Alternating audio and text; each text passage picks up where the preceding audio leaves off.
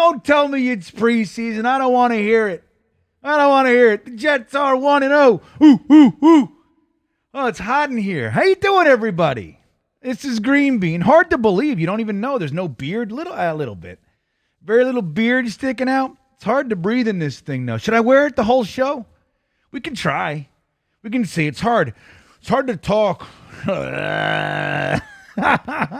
Well, what's up, everybody? This is GreenBean's Jets Pod, episode 165, I think. I don't know. I didn't even look.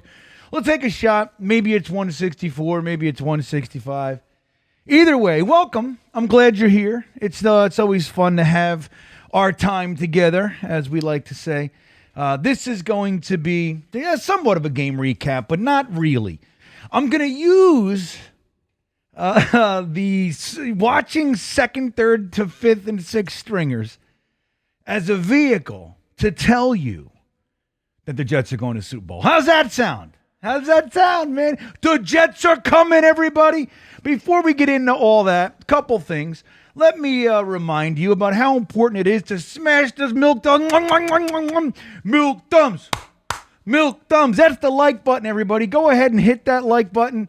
And if you have not subscribed to the channel, please do. I told everybody during the game stream this week that oddly enough, I took a little break for the first time in a long time. Took a real break, a couple months from the channel. First real break in like 4 years. And this is I can't, guys. I can't do it. I could do that. We could do this for a little while.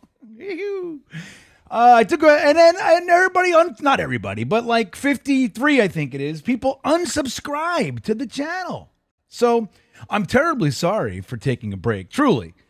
But it makes it all that much more important that if you have not subscribed, please do. It's a great thing to do. Now, the other thing is that this video has a sponsor, everybody. A sponsor for the video. And let me tell you who that is right now. This video is brought to you by BetUS Sportsbook and Casino.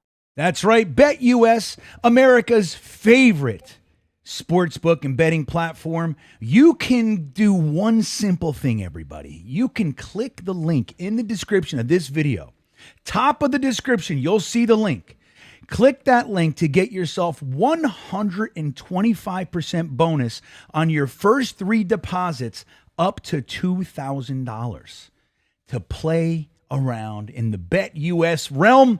Won't that be exciting? Take a look at this. You can see the Jets versus the Niners. The line is there. The Jets getting a few points as it stands right now. It means they're expecting us to lose, everybody. But we're not gonna. You can make a choice. You can decide, you know what? I'll take those odds.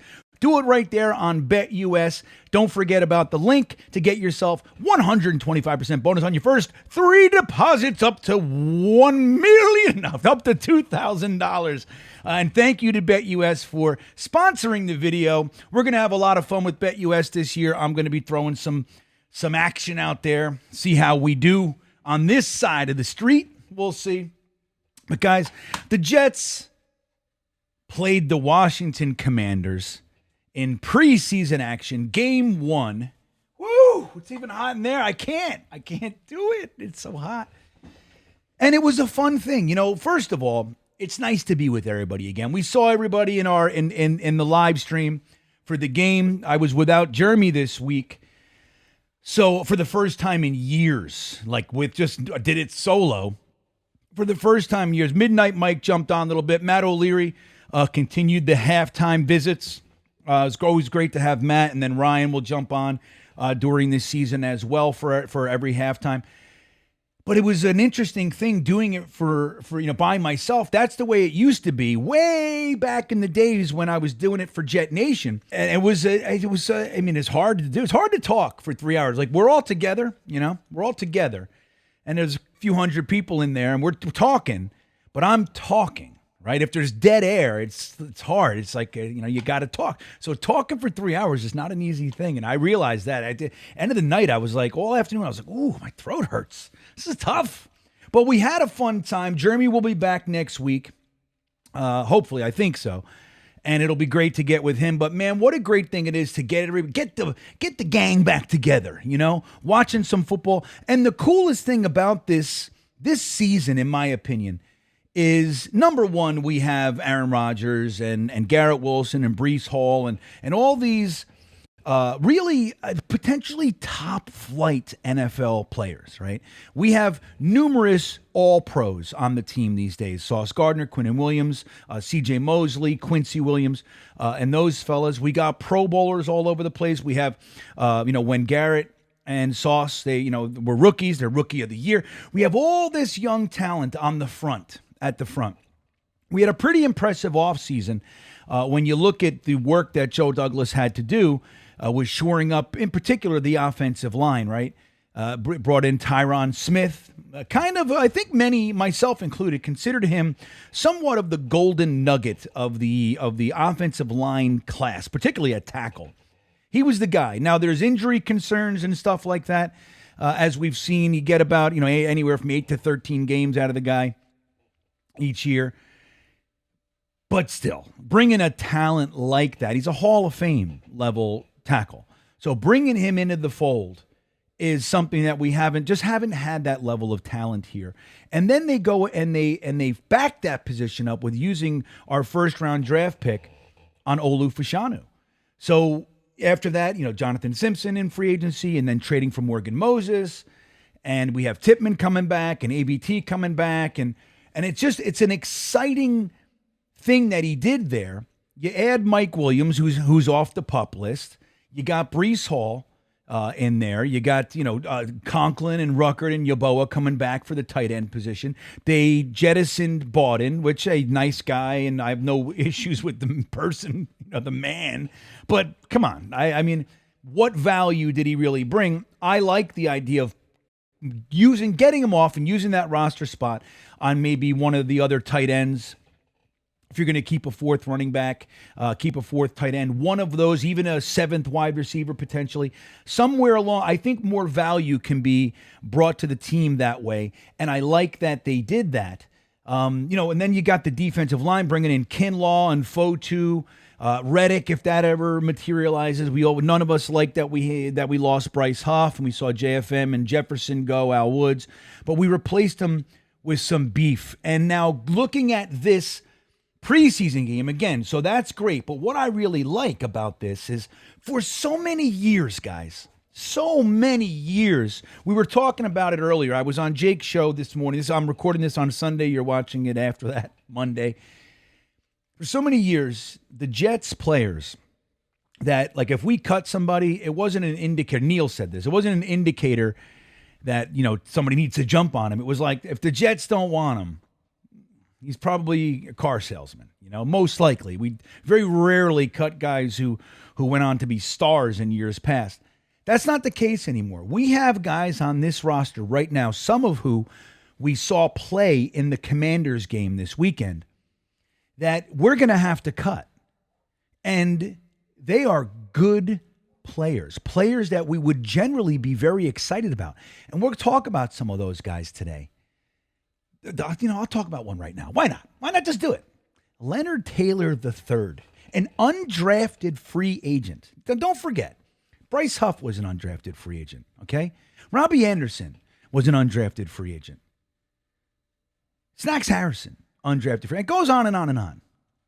There are undrafted free agents that, for whatever reason, don't get selected by a team, join a team, an invite, you get them undrafted free agent contract.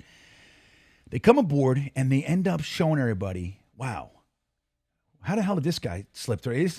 Somebody should have grabbed this fella. Leonard Taylor III was on everybody's board a draftable player.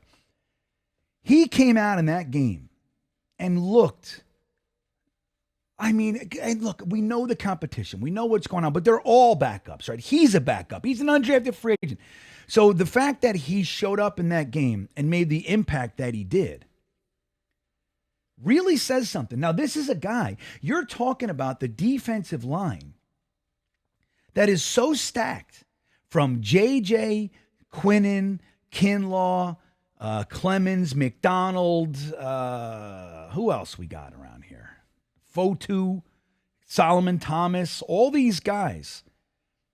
It's going to be real hard for those last couple spots these players are going to have to play their asses off, quite frankly, to get in there. Leonard Taylor comes out and looks every bit like a man amongst boys out there. He looked like, yeah, they're all backups, but somebody, like, look, here's the thing. If you're going to play with backups and look like a backup among backups, that's one thing. And they, everybody, they could be developing. Who knows what the story is, but still, it's one story. The other story is when somebody comes out and plays that level of competition and dominates. And they show you, this isn't my batch. This isn't my crew. I belong in second team right now. That kind of a thing. Leonard Taylor did that. Showed slipperiness on the defensive line in his pass rush. Also showed strength, brutal, push you out of the way strength. And I mentioned this before. I'll mention it now. The thing that really showed up for me was his hand strength. Now, very important for linemen to have hand strength. But where it showed up was when he got to the quarterback, tossed the guard out of the, just get out of my face, you're just a nuisance. You're a mere annoyance. Reaches in, grabs the quarterback with one hand, and he couldn't get away. One hand. And there was momentum. There was swinging. He's going one way and the quarterback's going the other way. When you can hold that grip and maintain the sack, that is not something that everybody does all the time. That was one of the marks of Joe Klecko's greatness. It was one of the things that was said about him time and time again. If Joe Klecko got his hands on you, it was a wrap. There was no escaping Joe Klecko's grip. He had those hands, strong Cornhusker type, farmhand hands. That's what Leonard Taylor showed us. Now, it's going to be a hard go for him. But first audition, baby, success for Leonard Taylor. And I'm excited. I'm of the belief. Now, as much as I like Tanzel Smart, I've said it many times, I like that guy. I like him as a person. I like him as a player. I think he's got a high motor. He plays his ass off, 100% effort at all times. He's never shown what Leonard Taylor showed in that initial preseason game. Now, the key is whether or not he can maintain it. That's going to be the key. But man, oh man. So he had 2 tackles, both of which were tackles for a loss. This stat line is incredible. In one, smattering of plays in a preseason game, 2 behind the line tackles for a loss, and a sack for a guy who's an undrafted free agent is spectacular. He's the kind of player that can make you forget all about Al Woods, Jefferson, Sheldon Rankins, JFM, those types of guys, because they're all, that they're good, but I believe that they benefited from playing next to a guy like Quinnen Williams. But adding Leonard Taylor's talent to that mix can really be something. Watching him throughout the rest of the preseason is good. It is going to be exciting. And then you got Eric Watts showed up on the defensive end. Braden McGregor, who I'm a big fan of these guys. I love this. These are guys that 5-6 years ago, I would be happy were starting for us. These are undrafted free agent back end of the roster fighting for 1 or 2 spots that might remain.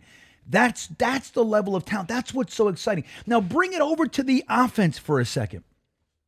First of all, I just want to say, you guys remember during our draft coverage, let's call it, the Talking Jets draft coverage that we do every year, Matt O'Leary, Ryan, and myself, we cover the whole draft. We had our first round draft party up there in Long Island, a meetup, and then with the following days, we were online as usual. And the pick came up, and we heard the name Braylon Allen, and all of us went, yeah, like, holy macaroni, this is the guy we want. I've said it time and time again.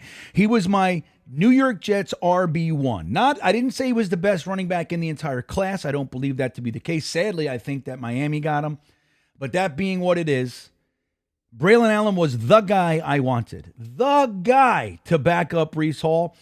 Thought he's the perfect compliment. Now, seeing him, and then Isaiah Davis was my RB3. We got him too. Now, would I have taken 2 running backs? Maybe not. But having them here is so damn exciting. And you got to see it. You got to see Braylon Allen rush up the middle, little sidestep action, just boop, boop. So showing some vision, showing some burst, showing more speed than maybe you would have thought, and laying the wood, dropping a pop at the end of the run. Punish the man. If you're going to tackle me, baby, just know you better pack a lunch. It's going to hurt. You're going to feel it. He did that exactly as billed, exactly what would be expected. Love it. But then he has another big run, getting around the edge. Who's sending a bruising running back around the edge? That's not what you do. But you can with him because his speed is elusive. He's got more speed than you think. He can get around the edge, marches down the field. I believe it was 23 yards. Braylon Allen had 6 rushes, 54 yards, a 9-yard average.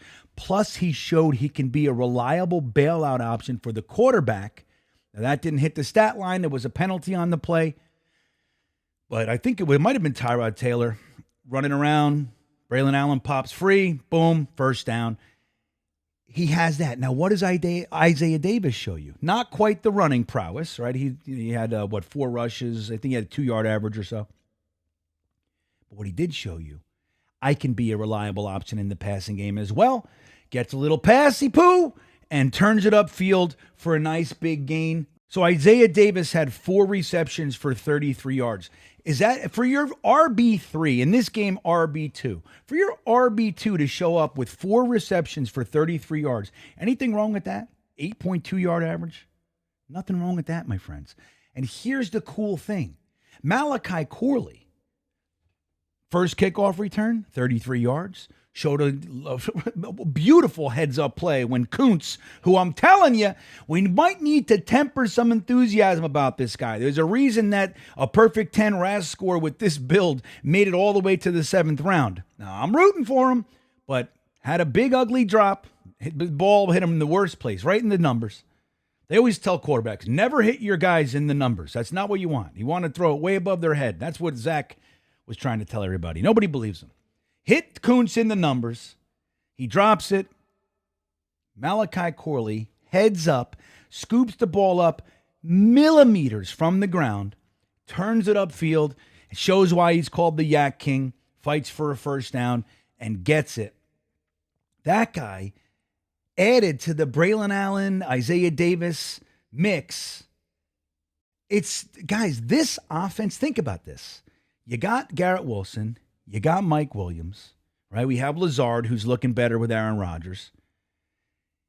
You have the tight ends, Conklin. We know what Conklin is. I still think that his potential hasn't been tapped, but we know the potential is there. We know what he is.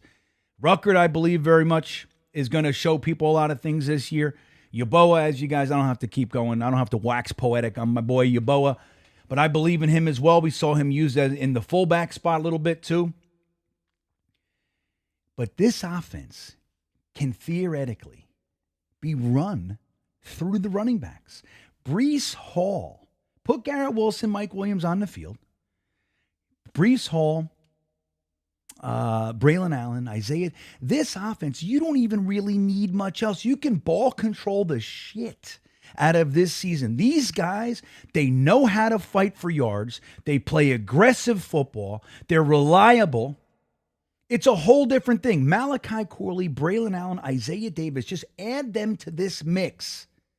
I think it's got more potential than we've seen in a long time. And that's what's so fun about watching this preseason, because these guys that we're watching are legitimately exciting players. That's it. Never do we get this. Look at Jarek Bernard-Converse, everybody. Jarek Bernard-Converse.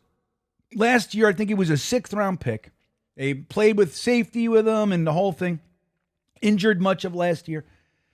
Comes in to his first preseason game of this year. And I don't want to say picked on, but he was in coverage a lot. I don't know if they targeted him per se, but he was in coverage a lot. And even the play, the 40-yard pass from Jaden Daniels that he just dropped perfectly, the coverage was there. The coverage was perfect. He showed up like, hey, by the way, I'm a player. I'm an NFL player. This is cornerback 1, 2, 3, 4, 5. This is cornerback 5 we're talking about, right? After Sauce, Reed, Michael Carter, Eccles, Jarek Bernard Converse. That's what we're looking at here. Cornerback 5. Now, again, I'm not saying he's the next coming, but the talent is there. You can see it, the length, the speed, the instincts. It's all there. It's exciting times, everybody. These are exciting, exciting times. Now, we're not even talking yet. Now, think about all that. And we're not even talking yet about our number 1 overall pick in this year's draft.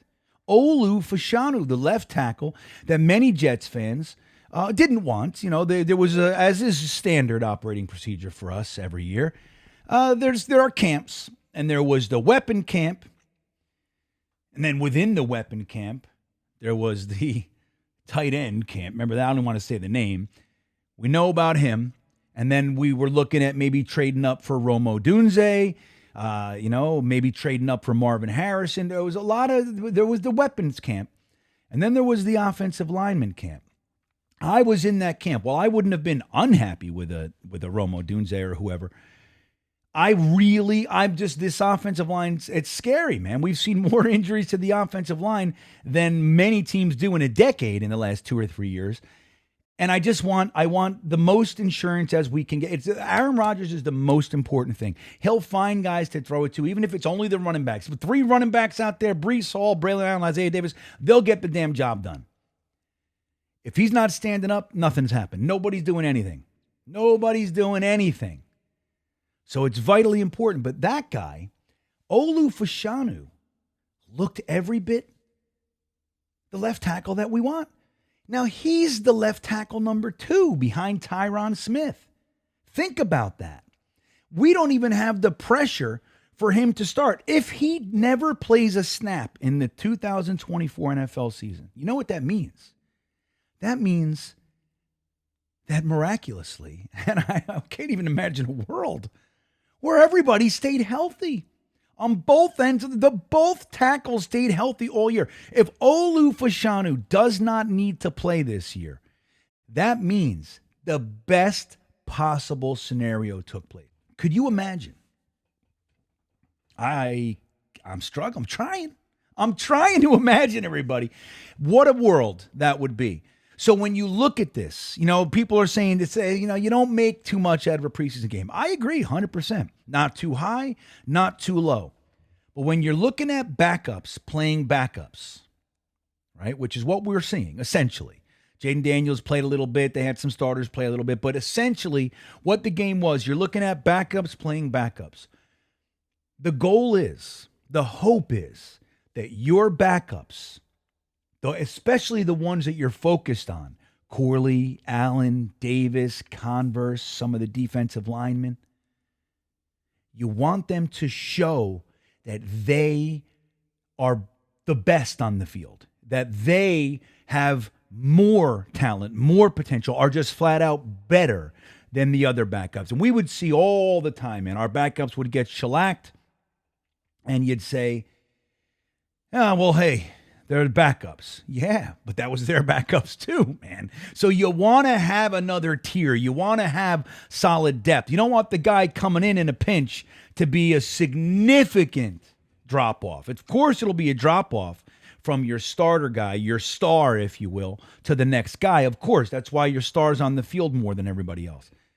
But the drop-off, if it can just be mitigated somewhat, that's what you want. And especially, man, when the guy you're dropping off to happens to be a developing guy. That is the cream that we just never get to taste around this joint. Oh, exciting. Now let's do this.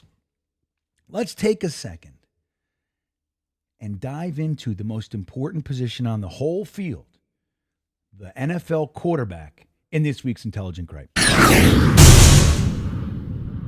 Oh my goodness.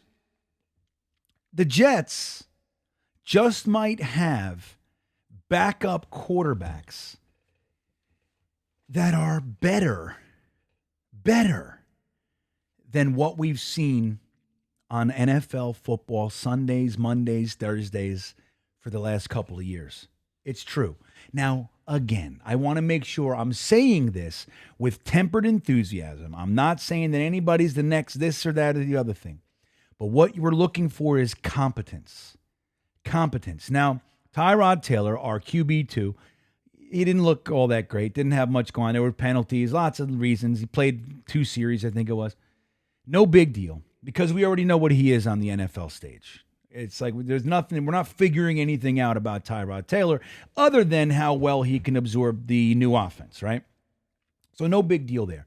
But you see a guy, Andrew Peasley, who comes into the game, plays the majority of the first half. He goes 8 for 11 for 73 yards. So he gets 11 opportunities to pass the ball, 11 attempts, 8 of which are receptions. That's crazy. 73 yards and a beautiful touchdown to Jason Brownlee, which it's beautiful to see him get involved too. Clearly the Jets like Jason Brownlee, and you'd like to see him show up. So in the preseason game, beautiful catch. He had to extend, get his feet in. It wasn't an easy catch, but the quarterback looked poised. It's an interesting thing to watch, and I was excited just by that alone. The first half ended. I said, okay, good. We got ourselves a guy who looks like he might be able to play in a pinch. Emergency quarterback, right? That's what you want. And then the second half starts. I'm going to tell you something. Martinez made Peasley look pedestrian by comparison. Now, the numbers aren't crazy different or anything like that. But what you saw was vastly different. The potential excitement, number one, the threat to run the ball from Martinez is legit. He takes off, man. And he did that in the UFL. If you don't know, you probably do by now, because we're all chattering about Martinez. He was the MVP in the UFL last year. You guys might remember the name Matt Corral out of Ole Miss, who I liked as a quarterback prospect in the draft. I thought that when the Panthers, I believe, took him, I thought it was a good pick. I think he's a nice, solid developmental guy. But I thought that he, maybe backup level, but I thought he could make it in the NFL. He was the starter for the UFL team that Martinez was on. Martinez pushes him out of his starting position and is the league MVP. So again, it's not the NFL, but again, at the pool you're in, am I the best in this pool? Am I the upper echelon of this pool, or am I just among this one of? And that's what we're talking about. Martinez on the field, he showed the rushing prowess, getting first downs with his feet. He had 2 rushes for 24 yards, a 12-yard average. So he had 2 times to take off. He did 12 yards a pop. He did that. But he also had 6 for 10 for 104 yards. No touchdown. Did have a touchdown drive. We saw Izzy Abanikanda, who also ran hard. I mentioned him. I just got to be honest. I don't think there's much chance that he makes the roster. I just don't. Especially when you look at the level, the tight ends and what they can bring. I don't know. I think he's a great practice squad candidate, and you just keep working on him, keep seeing what you can do. But I don't know. I just don't. He ran hard. I thought he looked okay. Just so you know, Izzy had 6 rushes, 17 yards, 2.8 yard average with a touchdown. Nothing to write home about. But Martinez, who didn't throw a touchdown like Peasley, was exciting. I'm really hoping to see him get the first half snaps. I don't even want to see Tyrod Taylor, quite frankly. Okay, a drive, 2, whatever. But I would like to see Martinez get that first half snaps with the second string, facing the second string, and see what he does. Because that guy could be the perfect emergency quarterback for this season. If anything goes awry or whatever, having him, I honestly believe, and again, it's just so silly to say, but what he showed, if it stays that way, you can possibly win some football games with him. Like, think about him against the Falcons last year. Think about him replacing Boyle for those games. It's a totally different deal. It's a totally different player. You're looking at totally different potential. I can't tell you how excited I am. Guys, forever, we've seen the worst quarterback play in the NFL. I mean, even back to Sammy, right? So quarterback 30 to 32 in the NFL for the last 5 years, 6 years. That's where we've been. Now you have Aaron Rodgers, Tyrod Taylor, Peasley, and Martinez. And don't forget, we got our boy Jordan Travis on the back burner, simmering to perfection for whenever his time comes. He's a 2 to 3 year project anyway. So having Martinez in the house in the interim, man, I look, again, I want to see it. I want to see more. But for one, you recognize the difference. You just recognize it. You can see. And let me add one more thing.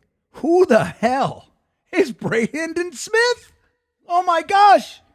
This guy played with Breece Hall in college, so you know. What an amazing debut performance. He and Martinez, boy, they were clicking. The 40-yard bomb or 37-yard bomb down the field, beautiful catch, showed it's like when you look at Lance McCutcheon and that mistimed jump. And that's the annoying stuff. That's when you see guys, it's like, look, they played football their whole life. They're clearly talented at college level, all this stuff. You see them on the NFL stage, and they just, this might not be your level. Brandon Smith comes in. He's like, dude, where have I been all your life? You know what I'm saying? So I am excited about watching those guys. Now, who knows what the future holds, but the potential coming out of preseason week 1, it's about potential. It's about progress. That's what we're seeing. And it's about health. 3 woods. Got to knock on 3 these days for the Jets. But the potential is there. We're watching young, talented kids fight for the jobs, the final roster spots on a team where just 4 or 5 years ago, these are starter, second string level all day, every day on the New York Jets. Guys, let me know what you think about this game, about the team, about players. I want to have a conversation with you in the comments. Before I go, I want to thank BetUS for sponsoring this video. Don't forget about the link right in the description to get yourself 125% bonus on your first 3 deposits up to $2,000. Guys, have a great week. It's going to be fun talking about winning Jets football. It's the preseason, we know, but a win's a win, and I'll take it. Enjoy it while it's here. We'll get this season going. As always, have a great week, and go Jets.